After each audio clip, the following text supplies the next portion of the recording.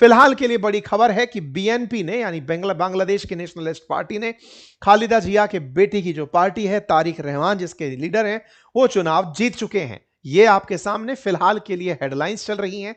जमात को हार का सामना करना पड़ा है, वही जमात जिनके चलते शेख हसीना को देश छोड़ना पड़ा था, वही जमात जिसके साथ स्टूडेंट्स ने मिलकर के शेख हसीना के खिलाफ प्रोटेस्ट किया था। बेहद शर्मिंदगी भरी स्थिति उन छात्रों की रही जिन छात्रों ने बांग्लादेश की पूरी दुनिया में बेइज्जती कराई और 30 सीटों पर चुनाव लड़ने उतरे। 300 में से 30 सीट पर उतरने का साहस करने वाले वो राष्ट्र विरोधी तत्व मात्र 6 सीट जीत पाए हैं। अब आप इससे अंदाजा लगा लीजिए कि 300 सीट के बांग्लादेशी इलेक्शन में 6 सीट जीत करके अपने आप को बांग्लादेश का प्रतिनिधि बताने वाले इतनी माइनॉरिटी में बैठे हुए गुंडे अगर बांग्लादेश को विश्व में रिप्रेजेंट कर रहे थे तो यह बांग्लादेश का कितना बड़ा दुर्भाग्य है। जिन्होंने शेख हसीना को उठाकर फेंक दिया, जिन्होंने शेख हसीना को बांग्लादेश में टिकने नहीं दिया, वो ये बताने वाले लोग कि बांग्लादेश अब नया हो गया है, वो लोग जो अमेरिका की शह पर मोहम्मद यूनुस के साथ मिलकर बांग्लादेश के भविष्य का फैसला कर रहे थे, आज उनको जनता ने पटखनी दे दी है।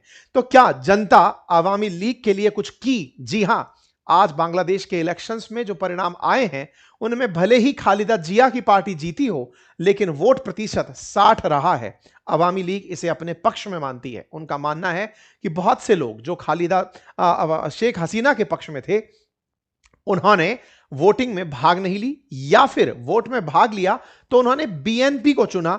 10% तक शेख हसीना के वोट बीएनपी के पक्ष में गए और उन छात्रों को और उन जमात को नकारने का काम किया। Bangladesh nationalist party landslide victory करती है। 300 सीट वाली जो संसदीय व्यवस्था बांग्लादेश में है, यहां 150 सीटें, 299 पर वोट था, 150 सीटों के साथ बहुमत था। यहां पर 208 से ज्यादा सीटें जीत करके फिलहाल बीएनपी आगे चल रही है। मोहम्मद यूनुस जिन्होंने लगातार भारत विरोधी नैरेटिव गढ़ा था, बांग्लादेश को बिल्कुल पाकिस्तान के नजदीक ले जाकर बिठा दिया था।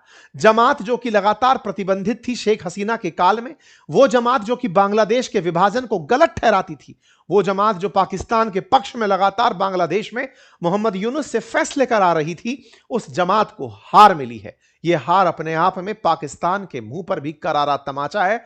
बांग्लादेशियों के मन में पाकिस्तान के प्रति नफरत का इशारा है। बीएनपी ने 299 सीटों में से 209 सीटें जीत ली हैं, जो कि 150 के बहुमत के आंकड़े से अधिक है। देश में करीब 20 साल बाद बीएनपी की सरकार बन रही है।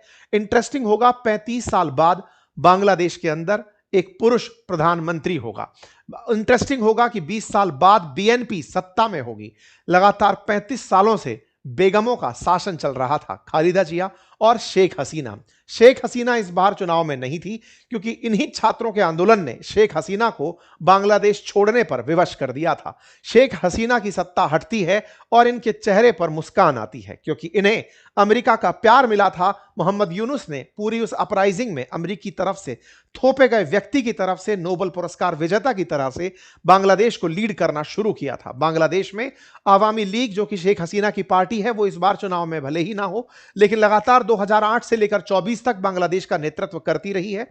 और बांग्लादेश नेशनलिस्ट पार्टी 77 से 82 तक, 91 से 96 तक और 1 से लेकर 6 तक लगातार पार्टी में रही है, सत्ता में रही है। और उन्हीं सत्ता में शेख हसीना और खालिदा जिया टर्म अपने बदलते रही। पिछले बार 2024 के इलेक्शन में बीएनपी ने शेख हसीना के चुनावों का विरोध करते हुए इलेक्शन में पार्टिसिपेट करने से इनकार कर दिया था। इसलिए शेख हसीना बहुमत से आई थी और यही कारण था कि इस चुनाव को, जिसमें बीएनपी ने पार्टिसिपेट नहीं किया था, इसे दुनिया भर से कई जगह खारिज भी किया गया था। प्रतिक्रिया स्वरूप उसे सही इलेक्शन नहीं माना गया था। लेकिन भारत ने उस इलेक्शन को भी समर्थन दिया था जिसमें शेख हसीना चुनकर आई थी और भारत ने आज भी समर्थन दिया है जब बीएनपी लीडर जीत कर आए हैं, चाहे उसमें अवामी लीग शामिल नहीं है। भारत की तरफ से बांग्लादेश को बहुत सारी शुभकामनाएं, बीएनपी के लीडर तारिक रहमान को बहुत सारी शुभकामनाएं भेज दी गई हैं। तो क्या तारिक रहमान अब भारत के पक्ष में फैसले लेंगे या पाकिस्तान के पक्ष में, या फिर ये चाइना चाइना की तरफ चलेंगे या अमेरिका इन्हें डायरेक्ट करेगा, यह जानना अत्यधिक जरूरी है, क्योंकि 17 साल बाद ये बांग्लादेश आए थे। इन पर तमाम चार्जेस लगे थे। शेख हसीना द्वारा इन पर आरोप था। शेख हसीना के चार्जेस जब इन पर थे तो ये छोड़ करके विदेश चले गए थे। लेकिन जब शेख हसीना भारत आई और इनकी मां की तबीयत बिगड़ने लगी तो पिछले साल दिसंबर में ये वापस लौटते हैं।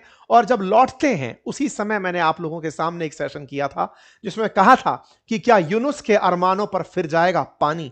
ऐसा इसलिए क्योंकि पूरी जनता जो शेख हसीना के खिलाफ थी, जिसको लेकर के मोहम्मद यूनुस सोच रहे थे कि वो जमात और छात्रों के लीडर बनते हुए, एनसीपी के लीडर बनते हुए राष्ट्र को चला लेंगे, वो ही अब माइनॉरिटी में होने लगे थे। जनता ने पूरी तरह से स्वागत किया था तारिक रहमान का, क्योंकि दुनिया ने बांग्लादेश ने यह तय किया था कि भले ही अब आवामी लीग नहीं है, लेकिन एक अनुभवी पार्टी सत्ता में रहे तो वो बांग्लादेश का सही विकल्प होगी।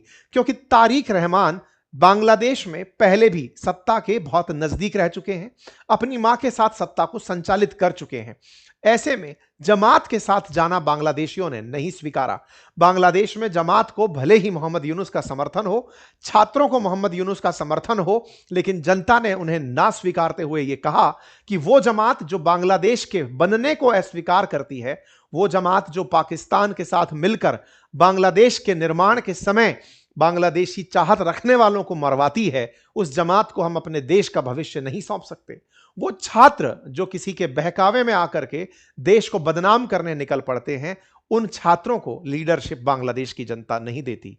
रिजल्ट है, और रिजल्ट में जनता के बीच की खुशी जब उन्हें मौका दिया गया 300 सीटों पर मतदान करने का। बांग्लादेश में कुल 350 सीटों पर बांग्लादेश की संसद में वोट होते हैं, जिनमें से 50 सीटें महिलाओं के लिए रिजर्व हैं। जो पार्टी 300 में से बहुमत लेकर आती है, उसी पार्टी को ये 50 सीटें उसी अनुपात में दे दी जाती हैं। ऐसे में अब चूंकि 209 सीट तक बीएनपी लेकर आ चुकी है, तो लगभग 2/3 सीट उनके पास हैं। ऐसे में इसमें से भी लगभग 24 से अधिक सीटें उनको दे दी जाएंगी और 40 से अधिक सीटें उनको लगभग इसके अंदर दे दी जाएंगी। ठीक है ना। तो कुल मिलाकर के 35 से 40 के आसपास सीटें महिलाओं के केस में बीएनपी को इस वाले पोर्शन में से जो रिजर्व है उसके अंदर से बांट दी जाएंगी। फिर वो अपनी मर्जी से महिलाओं को संसद के अंदर रिप्रेजेंटेटिव बनाते हुए बिठा सकेंगे। साथियों, यहां पर 150 सीटें ही निर्धारक होती हैं। इसमें से 209 सीट जीत करके बीएनपी ने अपनी एक लैंडस्लाइड विक्ट्री जाहिर कर दी है। 1991 उम्मीदवारों में से 209 उम्मीदवार अपने जिताकर ले आना बीएनपी के लिए एक बड़ी उपलब्धि करार किया जा रहा है। यहां पर ध्यान देने वाली बात यह है कि जमात के लीडर शफीकुल रहमान बड़ी मुश्किल से अपने आप को जिता पाए, और तो और जो छात्र नेता थे नाहिद इस्लाम, जिन्हें पूरी बांग्लादेश का चेहरा समझा जा रहा था, नए बांग्लादेश का चेहरा, वो बमुश्किल 2000 वोटों से अपनी सीट को निकाल पाए हैं।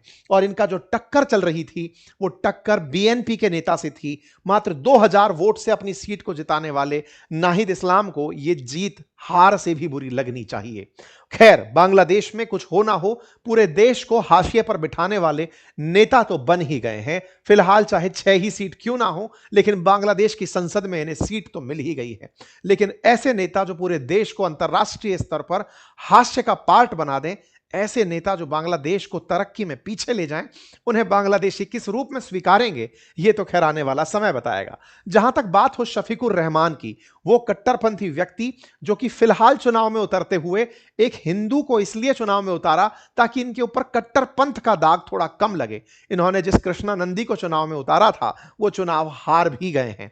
बांग्लादेश में चुनावों को होता देखने के लिए अंतर्राष्ट्रीय स्तर पर बहुत सारे ऑब्जर्वर्स आए थे। दुनिया भर के ऑब्जर्वर्स यहां पहुंचे थे। जहां तक बात हो भारत की कि भारत ने क्या ऑब्जर्वर भेजे, तो भारत के विदेश मंत्रालय ने कहा कि हमारे पास इनविटेशन आया था ऑब्जर्वर भेजने का, लेकिन हमने अपना ऑब्जर्वर इलेक्शंस में नहीं भेजा। खैर, फिलहाल के लिए भारत का ऑब्जर्वर ना भेजना यह यहां पर भारत की एक डिप्लोमेसी का हिस्सा रहा, क्योंकि भारत नहीं चाहता था कि भारत की प्रेजेंस को वहां पर एक इग्निशन के रूप में लिया जाए। इसको लाभ के रूप में लेकर के जमात या फिर एनसीपी के नेता भारत विरोध में कुछ नया स्वांग रचें। भारत बैकफुट पर रहते हुए बांग्लादेश के इलेक्शनों का सम्मान करता रहा। और तो और सबसे इंटरेस्टिंग बात यह रही कि पहले तारिक रहमान का वेलकम, खालिदा जिया के मरने पर भेजी गई सांत्वनाएं और इलेक्शन जीतते ही भारत के तमाम राजनीतिक दलों के द्वारा और भारत के प्रधानमंत्री के द्वारा तारिक रहमान को भेजे गए प्रशंसा पत्र ये दर्शाते हैं कि भारत बीएनपी के साथ भी अब आगे चलने को तैयार है, क्योंकि बांग्लादेश पहले भी बीएनपी के द्वारा लीड किया जा चुका है और उस समय बांग्लादेश में चाइना वर्सेस भारत हुआ भले करता था, लेकिन पाकिस्तान वर्सेस भारत नहीं हुआ करता था। यदि जमात जीतती तो भारत के लिए बांग्लादेश में पाकिस्तान से एक बड़ा ही तनाव पैदा होता, लेकिन फिलहाल के लिए अगर बीएनपी है तो वो चाइना से भले ही नजदीकी रखे, वो भारत और चाइना के बीच में विकल्प चुनती आई है, ना कि पाकिस्तान और भारत के बीच में। यह अपने आप में बड़ी बात है।